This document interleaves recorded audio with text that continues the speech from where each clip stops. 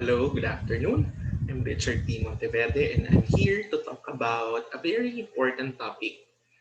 It's about making a career choice in the new normal. So let's start. I'd like to ask everybody, are you ready? Especially to our senior high school students, are you ready to graduate? Are you ready now to be part of the world of work? Or are you now ready to enter college education? So those are the questions that we must answer for ourselves right now. And at the same time, what are your career prospects? Do you have your prospects right now? So just like what I've asked a while ago, ano ba ang path mo? Employment ka na ba? Gusto mo magtrabaho o papasok ka ng college? Kung college naman, nakapili ka na ba ng course mo? Ayan yung mga questions na kinakailangan nating sagutin. No? Now that we are in the new normal, mas mas malakas o mas mataas yung demand sa atin or pressure to really implement our career prospects. Yeah. Okay. So with regard to career prospects, I'd like to present you the list from the Commission on Higher Education, different courses, and at the same time, subsequent um, percentage of scholarship allotted for each course. So for example, IT, 10%, teacher ed 10, science and math 13, arts and humanities 5%, and then we also have agriculture and related fields 50%. So anong sinasabi dyan? Sinasabi dito sa CHED na kung pipili tayo ng mga courses, nandito yung mga allotted scholarships at mataas yung probability that we can be able to get a scholarship if we choose the courses based on these priority ones. So these are called the priority courses set by CHED. So it means to say that the CHED has aligned the offering of the courses with regard to the demand in our country. So the demand of the courses, so ito yung mga related sa economic progress. So kaya mataas ang demand halimbawa sa engineering and agriculture and related fields and then science and math. So lalo na ngayon that we are in the new normal, so talagang kinakailangan ng mga individuals in the science and math related occupations and at the same time, sa engineering and agriculture and related fields. Okay? And then another source also, if you are thinking of college education, so the education.ph provides us a list and information about the different schools available. So for example, I want to study psychology. Yan.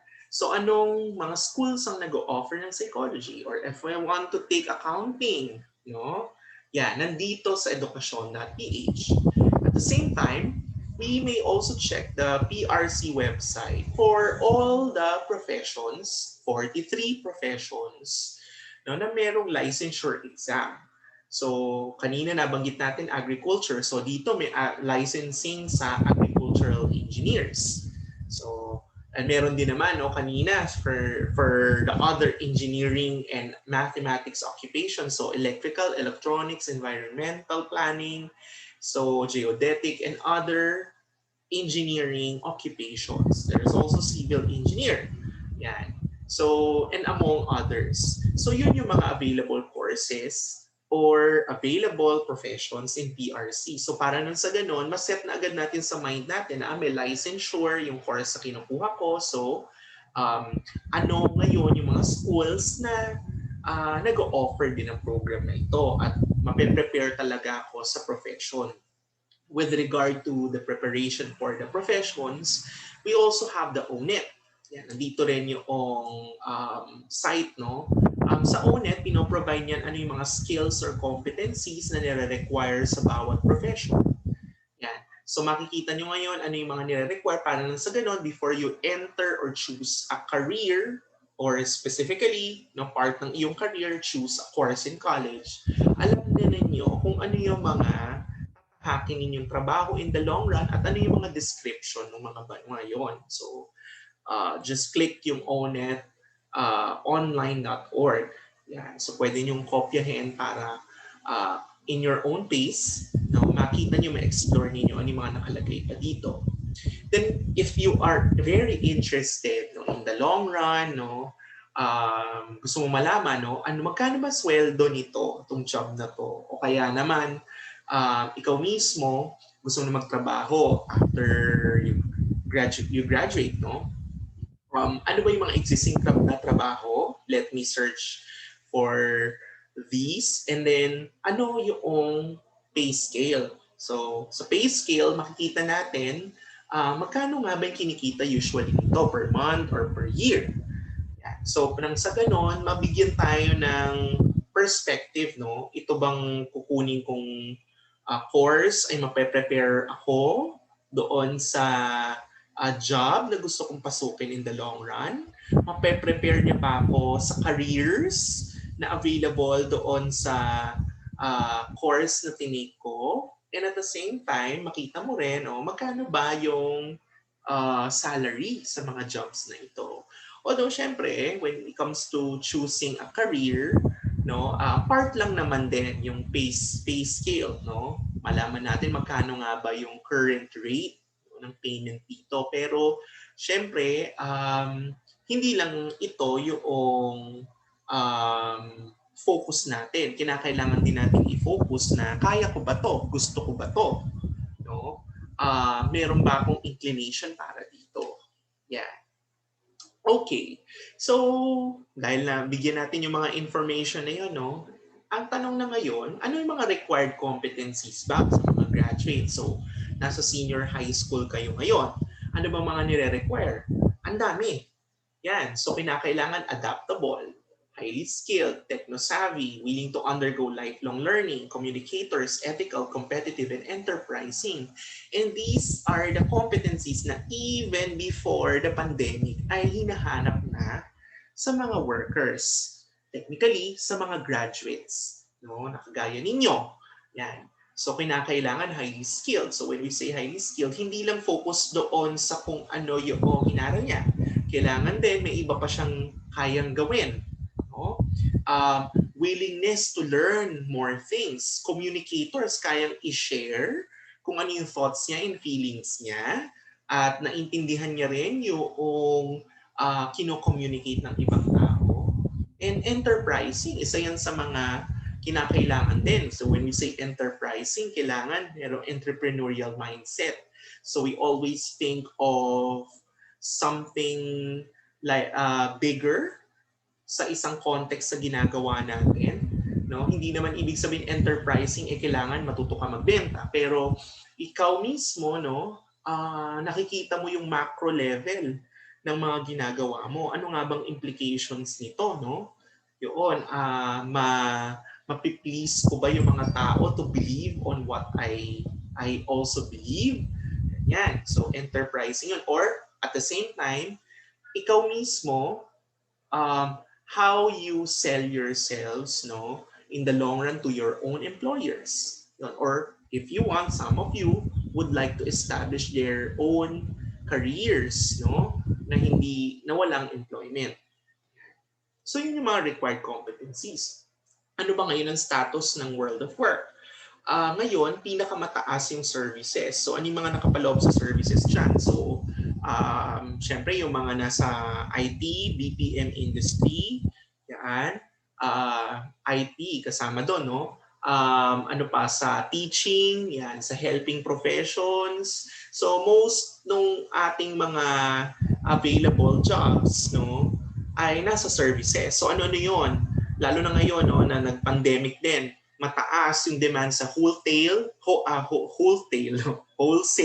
retail, trade, transportation and storage sector. So kaya yung mga Lalamove, no, Grab ay mataas ang demand ngayon. Wholesale and retail trade.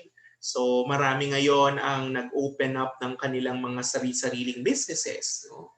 Yan. So mataas ang demand, services. Yung pangalawa ay yung agriculture. So may 10 million na employed dito at ito ay merong 24.3 employment share sa buong bansa, no? So ibig sabihin, key employment generator itong agriculture. Akala lang natin magsasaka ang endpoint mo. No! May mga scientist at may mga doktor sa agriculture.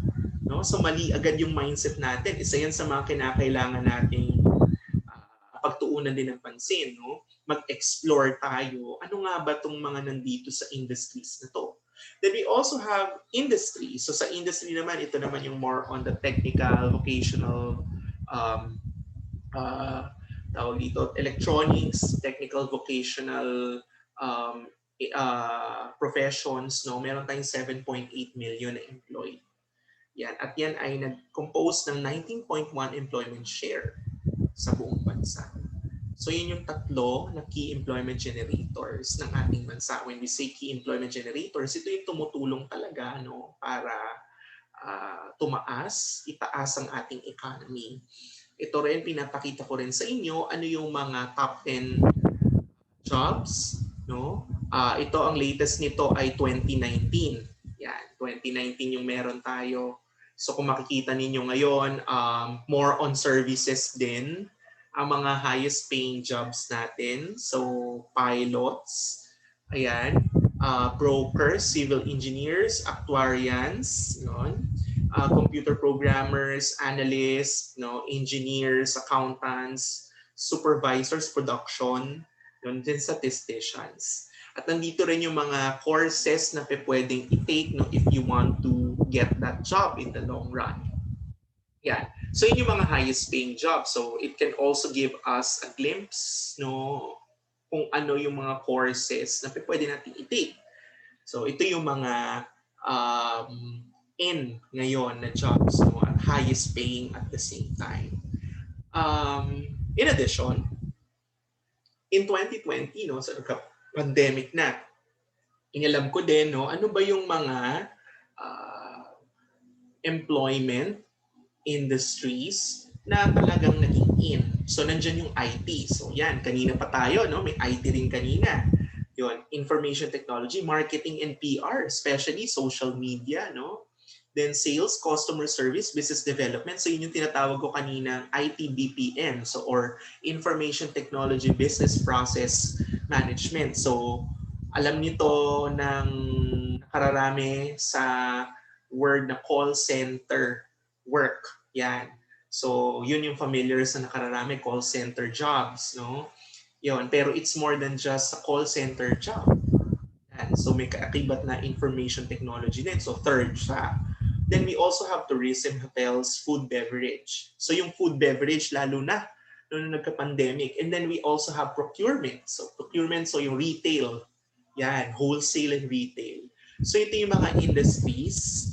Yan. At ito rin yung mga more or less na available na employment in the long run. So kung kukuha ng course, ano yung mga more or less aligned sa mga industries na ito? So kung IT, so mga courses in IT, kung marketing PR, more on business courses, sales, customer service, ito naman general naman ito kahit anong course. We also have food beverage, so more on HRM, Then procurement, more on business occupations din ito. So yung mga INA courses, business occupations, IT, yan.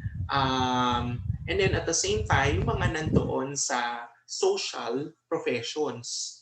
Yan. So kung nakita nyo kanina sa CHED courses, priority courses, yung mga nandoon sa social and allied health courses. Yan.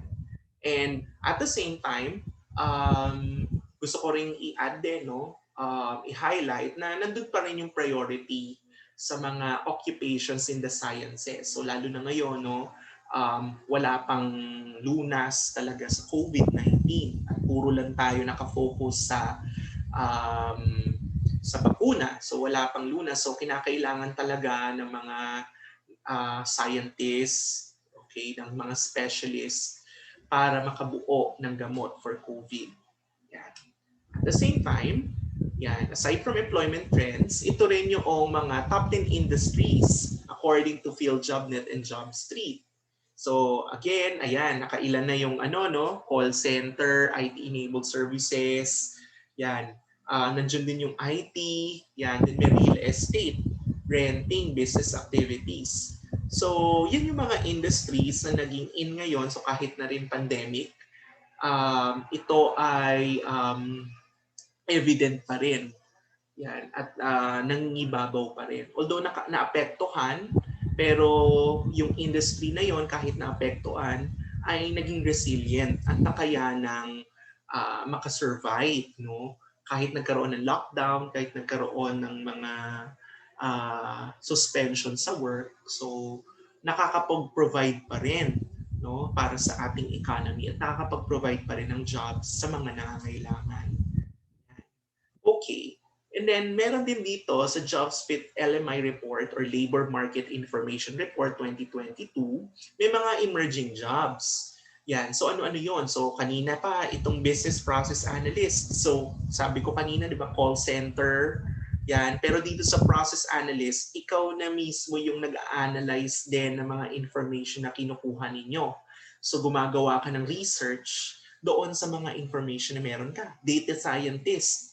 Yan. So hindi lang researcher. Meron din design engineer sa iba't ibang klaseng produkto, electronic mail chat support agent, evisceration processor, no, genomicist, so hair transplant technician, mobile app developer, nanotechnologist, order tracker coordinator, so yun sa mga wholesale and retail na professions, no? Yan, or industry, search engine optimization analyst, social media analyst, and then TNVS. So kung familiar kayo sa TNVS, no, yung mga Grab, ayan, Lalamove, yan, ano pa yung isa dati, meron pang isa no, nakalaban ng Grab. No, nabili na rin nila.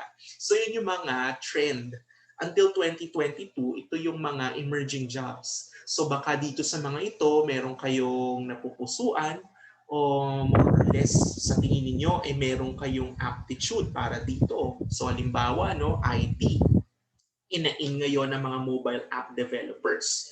So yung mga gumagawa ng games, gumagawa ng mga kung ano-anong mga application na nakakatulong sa everyday life ng isang Pilipino.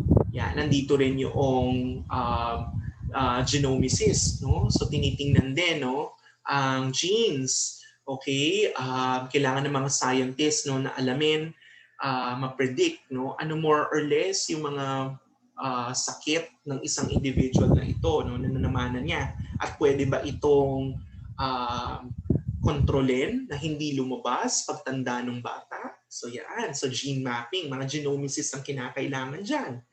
Yan, nanotechnologists, no, sa mga gumagawa ng mga halimbawa maliliit na robot, no, na kaya mag-opera. Yan, so pinapababa yung risk of death sa mga surgeries. So makakatulong sila ng mga doktor. So yan yung mga emerging jobs. So up to 2022, according to the Department of Labor and Employment, yan yung mga jobs na mangingibabaw. Yan. Aside from the LMI, nandito rin yung building blocks of the labor force. Yan. So nakararami pa rin yung wage and salary workers. Yan. So 27 million. Pumapangalawa yung mga tinatawag nating self-employed. Pero sinasabi dito, ang trend ng labor force ngayon, tumataas ang self-employed, meaning their own business, hawak nila yung time nila, hawak nila yung pamamalakad ng kanilang jobs. So, ngayon din na nag-pandemic, no, maraming nawalan ng trabaho, pero marami naman rin na nagkaroon kasi natulungan nila yung mga sarili nilang matransform. Ano ba yung mga skills na meron sila? So, nagbukas sila ng kanilang mga tindahan, nagbukas sila ng kanilang business, kaya rumami yung mga tinatawag nating self-employed. Yan. So, at sa labor participation rate din naman, no, for the last 10 years, continuous yung increase ng employment and labor force participation. So, meaning to say, marami nagkakatrabaho. Yun. However, nga lang, yung youth unemployment remains a major labor market concern. So may mga bata pa rin, syempre, na hindi pa nagkakaroon ng trabaho. Although syempre, iba nag-aaral pa. No? Pero mataas din yung rate ng mga fresh graduates na hindi agad nakakahanap ng trabaho. Pero anong point nito? No? Ito na yung trend since 2019. Nagkaroon lang ng stop ngayon na pandemic. No? ng 2020 and then some parts of 2021. Pero pagdating ng 2022 nito, nape-predict ng labor force, ng labor market information that we have right now, natataas yung increase, tataas pa rin yung level ng employment ng labor force. Yan, so marami dahil nga sa mga maaring nabuksang mga businesses, so yung mga self-employed, lumaki yung mga businesses nila, lumawak, yan. So kakailanganin ng mga workers. So, yun, yung isa sa mga nakakatulong. Then tingnan din natin yung employment sector. So 600,000 jobs annually ang napoproduce. Maaring bumaba lang ito ngayong pandemic pero ito na yung trend. So dahil marami rin ang nagiging self-employed, nag-establish ng business, yun, kakailanganin din ng maraming workers. Yeah. And now, bigla tayong pinush sa Industry 4.0. Ano ba to? So ito yung tinatawag nating Industrial Revolution. So the pandemic has pushed us towards the Industrial Revolution or the Industry 4.0. So dahil nga sa mga technological breakthroughs, no, artificial intelligence, robotics, Internet of Things, 3D printing, and so on and so forth, no, ito na ngayon yung naging parte ng pagtatrabaho ng isang individual. So kung familiar kayo, marami ang naka-work from home. Yan, ang Industry 4.0 ay pinupush yung pagkakaroon ng work from home. Yan, paggamit ng technology sa pag-deliver ng mga jobs. Anong implication nito sa pag-choose ng ating careers? So, maaring ito rin yung mga harapin na natin pagkatapos natin gumraduate, no? Na talagang magiging online na lahat. Yan. At kinakailangan din na maging adaptable tayo sa mga changes na ganito. No? Dahil ito na yung maging part ng way of life natin. How we work, how we relate with one another. So nagkakaroon ng digital transformation. Anong mga opportunities nito? Nagkakaroon ng economic productivity, food security. So kasi may mga jobs na napoproduce, no, kahit nasa bahay lang. Nagkakaroon ng improvements sa environmental protection and agricultural production. Yun dahil nga kinakailangan ng wholesale and retail, no, nakakatulong yung Industry 4.0 para magkaroon ng linkage yung mga suppliers doon sa mga nangangailangan sa mga negosyante, no? So sa pamamagitan ng internet, sa pamamagitan ng technology, then it also enhances yung healthcare, communication, and transportation, yung public service delivery.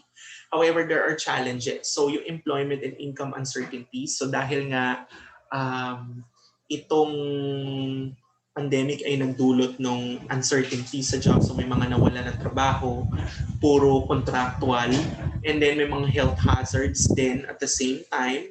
Then mga social protection issues, meaning to say mga hindi nababayaran ng benefits. Kasi nga, ang naging in ngayon na jobs din ay yung tinatawag nating mga gig. No?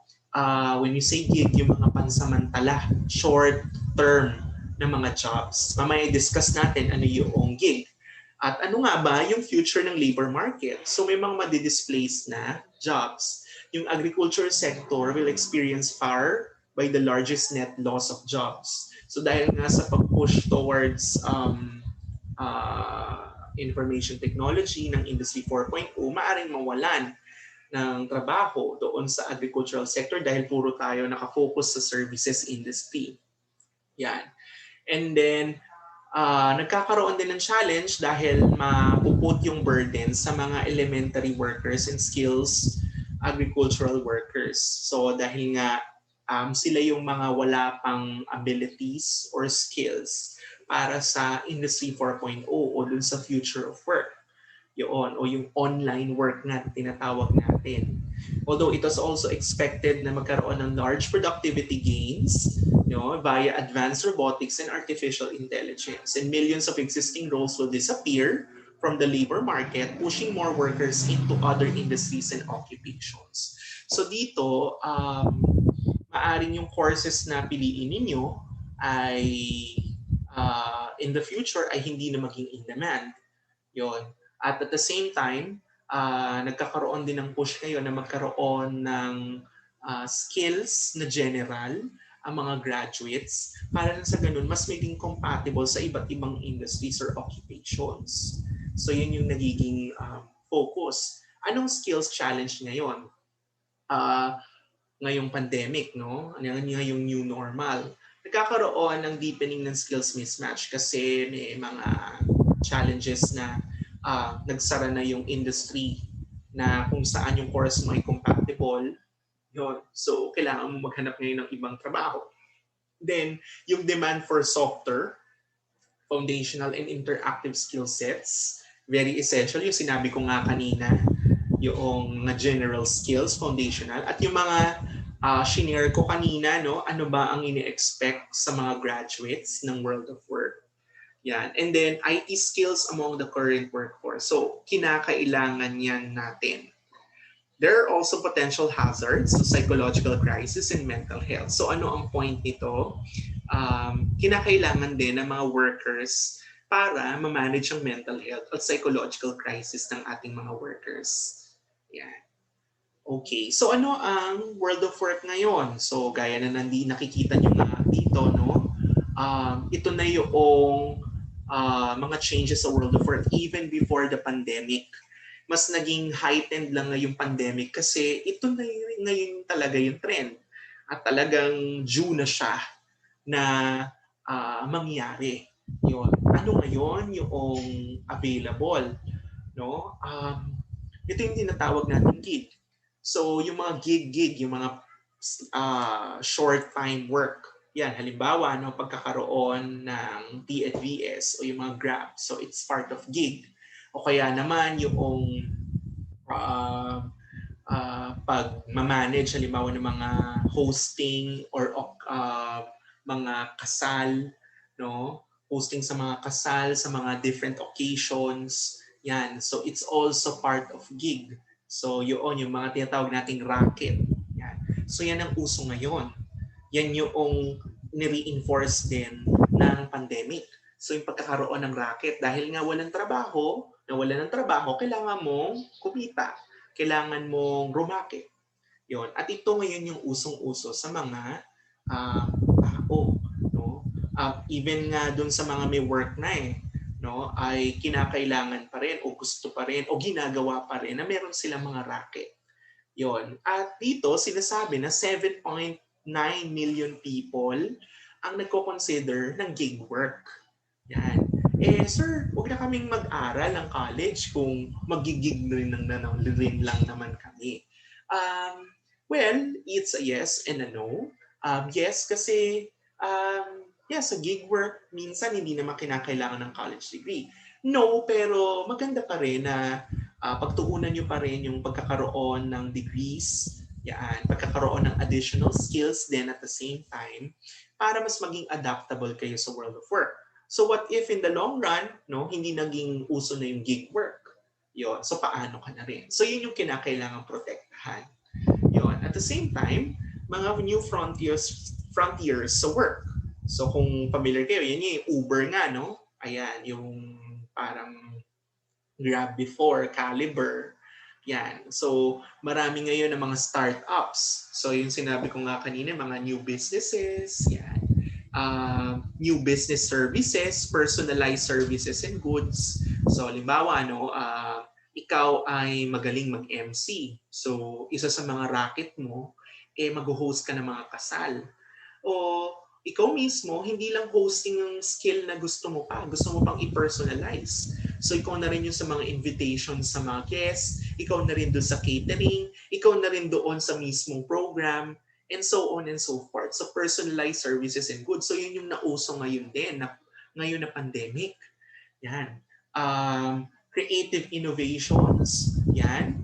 When we say creative innovation, so mga bagong produkto in addressing yung mga common issues and problems of everyday life. Yan. So, nagkaroon ng pandemic, nagtaas ang demand saan? No? Nagtaas ang demand halimbawa sa internet. Yon. So, marami ngayon ang mga gumawa ng mga iba't ibang klaseng pakulo, no? Or features na mga networks, no, para sabihin na natin ma-manage yung pera ng mga subscribers. Nang sa ganun, makasubscribe sila sa services, masulit nila ito. Yan. So mga creative innovations. Ano pa? Creative innovations, no? Yung mga nagbukas ng mga food businesses. So may mga kanya-kanyang pakulo na, for example, buong araw na meal na, yan. Tapos sa ganitong halaga, so nagde-design ng meal plan, no? At sila rin yung nagde-deliver ng meals sa mga tao. So yun yung mga creative innovations. At aside from that, yung flexible working, yung sabi ko nga, no, pag gig work, hawak mo time mo. So flexible working, hindi ka 8 to 5. At yan din, no, according to the trend right now sa mga workers, lalo na ngayon sa mga Generation Z, yan, millennials, fit na fit sila sa flexible working. Why? Because they value their time, they value uh, self-care, yeah, as compared to the older generations. Kaya ang flexible working ay compatible. At the same time, in this kind of working, mas focus sa output at hindi nakafocus dun sa time na ginugol mo lang. Yung 8 to 5 nakafocus ka. Hindi. If you can deliver it as early as possible, then better. So you'll have more rest time or time for your family, time for yourself. So yun yung mga bagong work ngayon. Lumalabas din yung mga tinatawag nating social entrepreneurs, yung women, and then older workers. Even the older workers right now, they're establishing their own business now that it's pandemic. And then at the same time, being able to contribute in the economy. Yan. So meron din tayong social entrepreneurs, no? So yung may mga advocacies. Yan. At then at the same time, business din, no? Nakakahikayat ng maraming individuals. So yan yung modern workforce na tinatawag natin. Kanina pinakita ko yung mga nire-require ng world of work na skills. So ito din naman, this is according to the Future of Jobs Report 2020 sa World Economic Forum. Ano yung mga skills na nire-require sa mga workers? No? So this is more of a global thing. So, isa-isahin natin and then check natin kung meron ba ako nito, meron ba kayo nito, available ba sa akin. So, nandiyan yung analytical thinking, innovation, active learning and learning strategies, complex problem solving, critical thinking, creativity, originality, initiative. We also have leadership and social influence, technology use, monitoring and control, technology design and programming, resilience, stress tolerance and flexibility, and last but not the least, reasoning, problem solving, and ideation. So yan daw yung mga nire-require ng different economies, no, sa mga graduates. Yan. So, kung isa-summarize natin, anong type ng skills? Ano-ano yon? So, nandyan yung problem solving, self-management, working with people, technology use, and development. So, ito na ngayon yung future ng work. Ito yung mga non-negotiable skills na meron tayo. Yon, how we solve problems everyday life, how we manage ourselves, our own affairs, then how we work with people, and how we use technology in the delivery of our work. Yan yung mga skills. So, meron na ba tayong ganyan? Kung wala pa, kinakailangan natin siyang i-intensify. No? So ngayon, let's focus on the career planning aspect and decision making of a grade 12 student. Ano nga ba yung mga kinakailangan natin isaalang-alang when we choose a career and when we plan and decide for our careers? So ito yung mga information na kinakailangan nating sagutin, no? But before that, we also have to consider that we need to commit to our decisions. That's right, no? We have to be persistent. But at the same time, we need to become flexible in our approach. So hindi ibig sabihin na ito yung pinlano mo sa buhay mo, ito yung gusto mo, yan, ito yung course na gusto mong i-take in college, or ito na yung gusto mong path, no? Para sa'yo. Ito na yon, be all and all. No. You have to be flexible. You have to be open other opportunities. So halimbawa, no, hirap ako, hindi ako makakapasok ng college ngayon dahil may financial difficulty. And so be it. So why not focus on other things? Can you do part-time work? Can you also work first for the first 2 years? And then after 2 years, kailangan, if you want, you go back to school, you go to college. Yan na po yung trend ngayon. Hindi na ibig sabihin na college degree lang yung entry point mo. Or kinakailangan na kung ano yung pinlano mo sa buhay mo, yun na yun. You have to be flexible in your approach. So these are some of the career questions that we need to ask ourselves, no? For us to be able to choose the best uh, choice, ayun, no, for our career. So una, what are your strengths and weaknesses? Saan ba ako magaling? Saan ba ako mahina? So based dun sa mga skills na deliver ko kanina, saan mga ba yung strengths ko doon? Weaknesses. So strength ko po yung creativity, pero weakness ko po yung working with others. So you need to work on how to better work with others. Then what labor market information do you think is relevant to you? So nakita niyo yung employment statistics, no?